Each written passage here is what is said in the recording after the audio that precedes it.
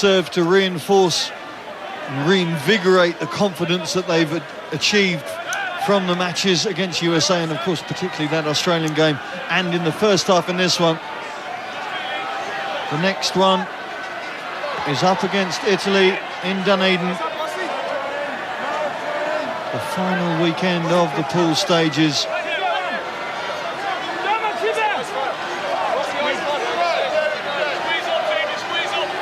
Russia, their final match will be in Nelson against the Australians. And it'll be interesting to see, probably one of the pivotal matches will be on Tuesday, once again in Nelson, when Italy play the USA. Because Italy still think they can have a major impact on this Pool C. Tony Buckley looking to have an impact on the Russian line. Look at the power, the hulking figure of Tony Buckley. Gets Ireland onto the front foot again. Leamy sets the ball back for Boss. Paddy Wallace steps inside, brought down, but Park gets the ball away to Fergus McFadden. McFadden pulled down 7 metres short. First Ireland entry.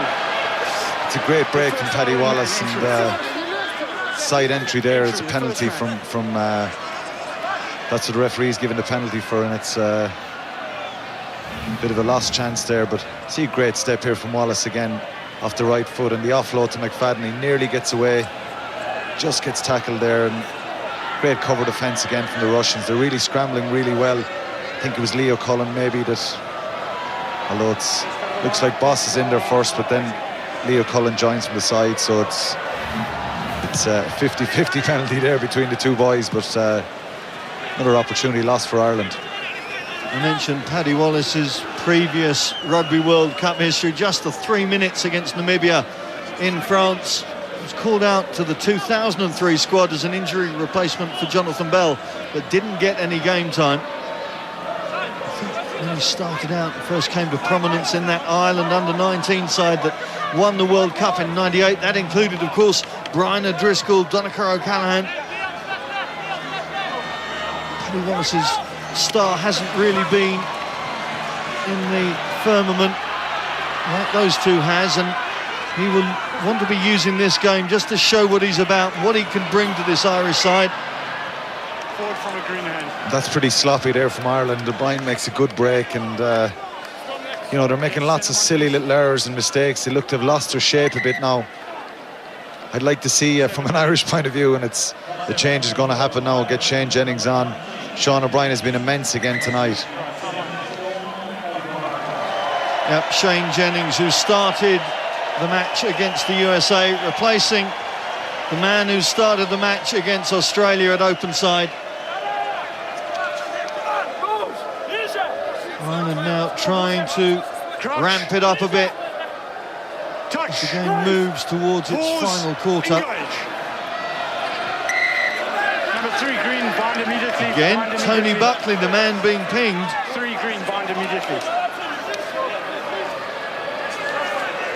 He'll not be too happy with that. It's a soft enough penalty to give away, and you know, he'd probably be disappointed tonight. The Irish front row will probably be disappointed that they haven't exerted more dominance on the Russians, but yeah, there's no bind there, and it's Buckley, of course, now playing at loose head instead of tight head. yeah, and it's not his familiar position. He's an out-and-out tight head, and Ireland have tried him at loose head, and certainly any opportunity he seemed to get, they try and put him in at loose head.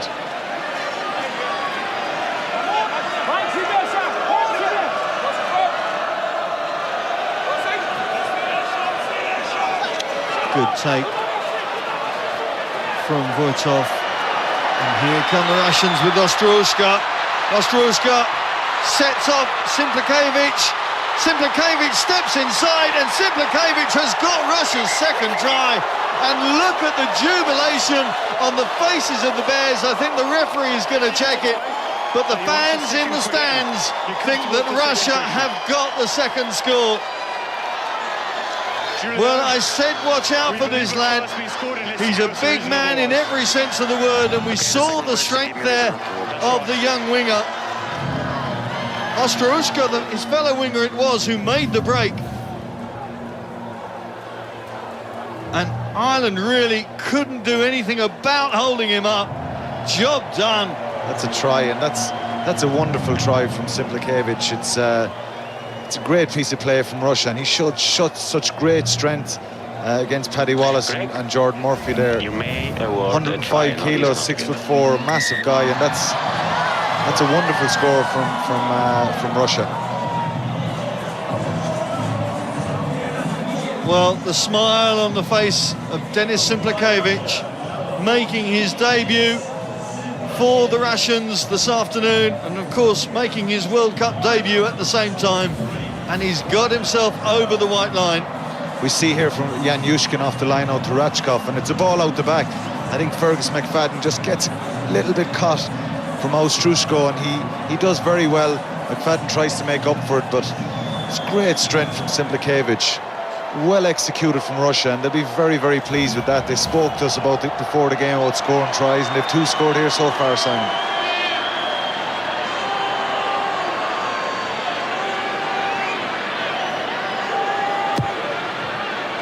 Rashkov unable to swing it round to add any extras, but there's the young man that is the new face of Russian rugby. We're told that there's already French clubs sniffing around thinking about the talent that's available.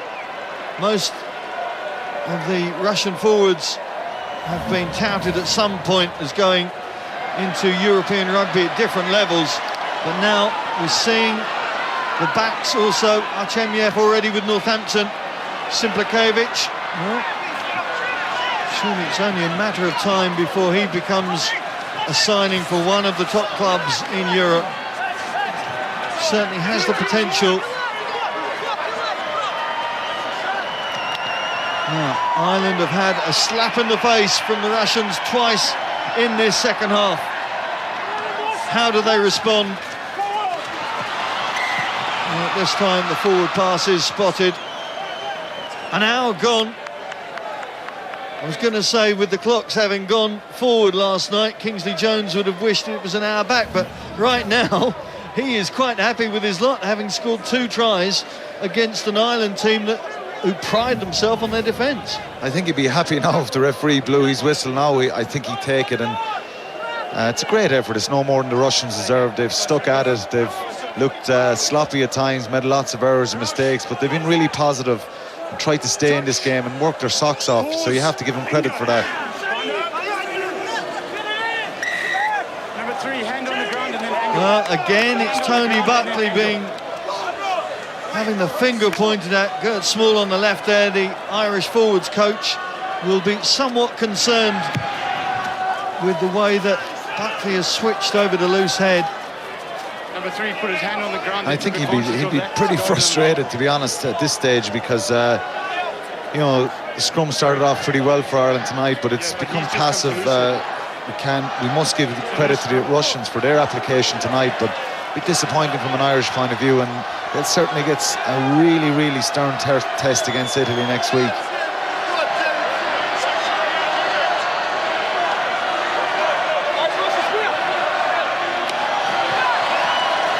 Boss out to O'Gara, and Paddy Wallace looking for his runners.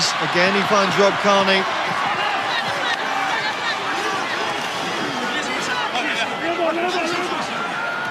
Again Ireland just looking to get the continuity. Leamy makes the bust. Leamy has Cronin on his shoulder. Doesn't get the ball away, but it is presented for the Irish backs. Leo Collins spins inside one tackle. Mike Ford, head down, drives towards the line. As a turnover is there, it's illegal, says the referee.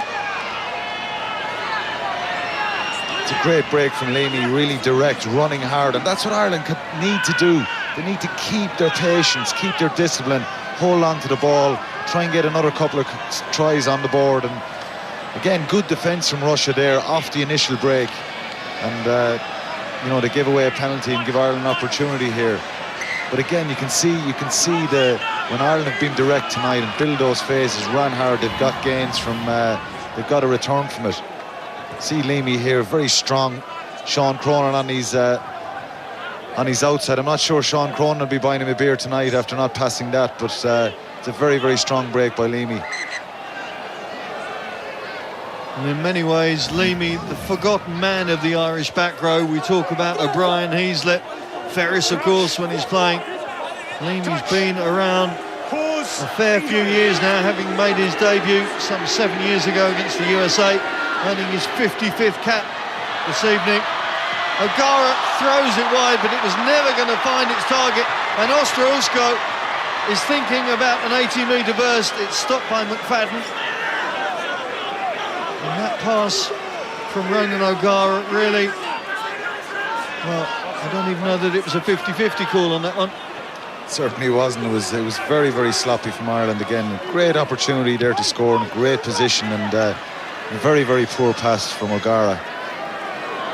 Good pick-up from Carney. Boss provides the link out to Jordan Murphy. Now they've got a 2-on-1 here if they can utilise it. McFadden has Donica Ryan. The blind side straightens things up, gets the offload in. Paddy Wallace hurdles over 2 tackles. Leamy out to O'Gara. The advantage is there, but Ireland want another try.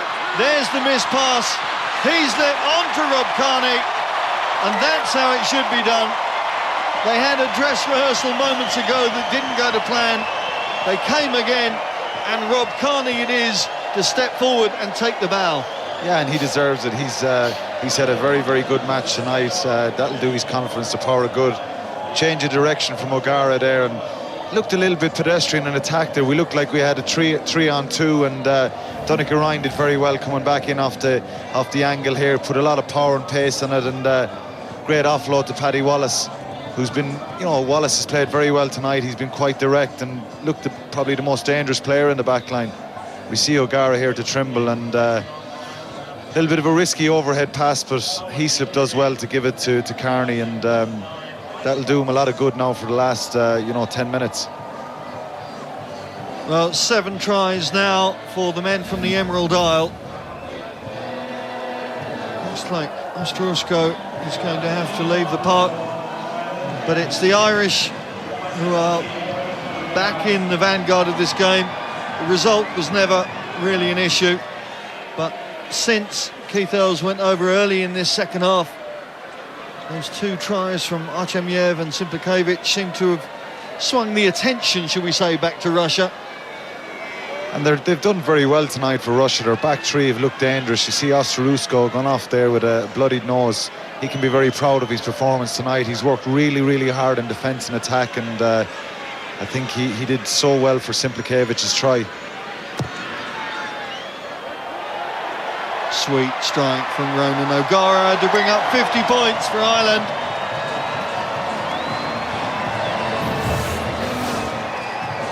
Well, the Irish fans are thinking party time already. Rob Kearney enjoying the moment, and it looks like Ireland now are going to make a half-back change indeed. There's Ronan O'Gara getting the appreciation of the rest of the camp. Jonathan Sexton is going to get the last 14 minutes or so. O'Gara 7 from 8 this evening, and really kicking from the tee was the issue in the first game. He's shown what he brings to the party, and Jonathan Sexton now is going to have to settle himself into this game fairly quickly. Yeah, and he's had a good game, O'Gara. He's looked pretty determined all night, really up for this game, and it was great to see himself and Sexton working well together last week when O'Gara came on and Sexton moved into the centre, and I suppose their relationship didn't start off on the best of grounds, but they seem to get on really well together now and help each other a lot. And I went to see him in a kicking session last week, and they were laughing and joking with each other, which is great, because they're 2 great players and they're very, very important for Ireland.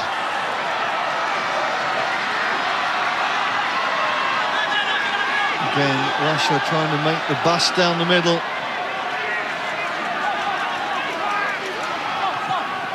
And it goes to Fatakov. Good work from Sean Cronin. 3 years, of course, at Connacht, and now a Leinster man.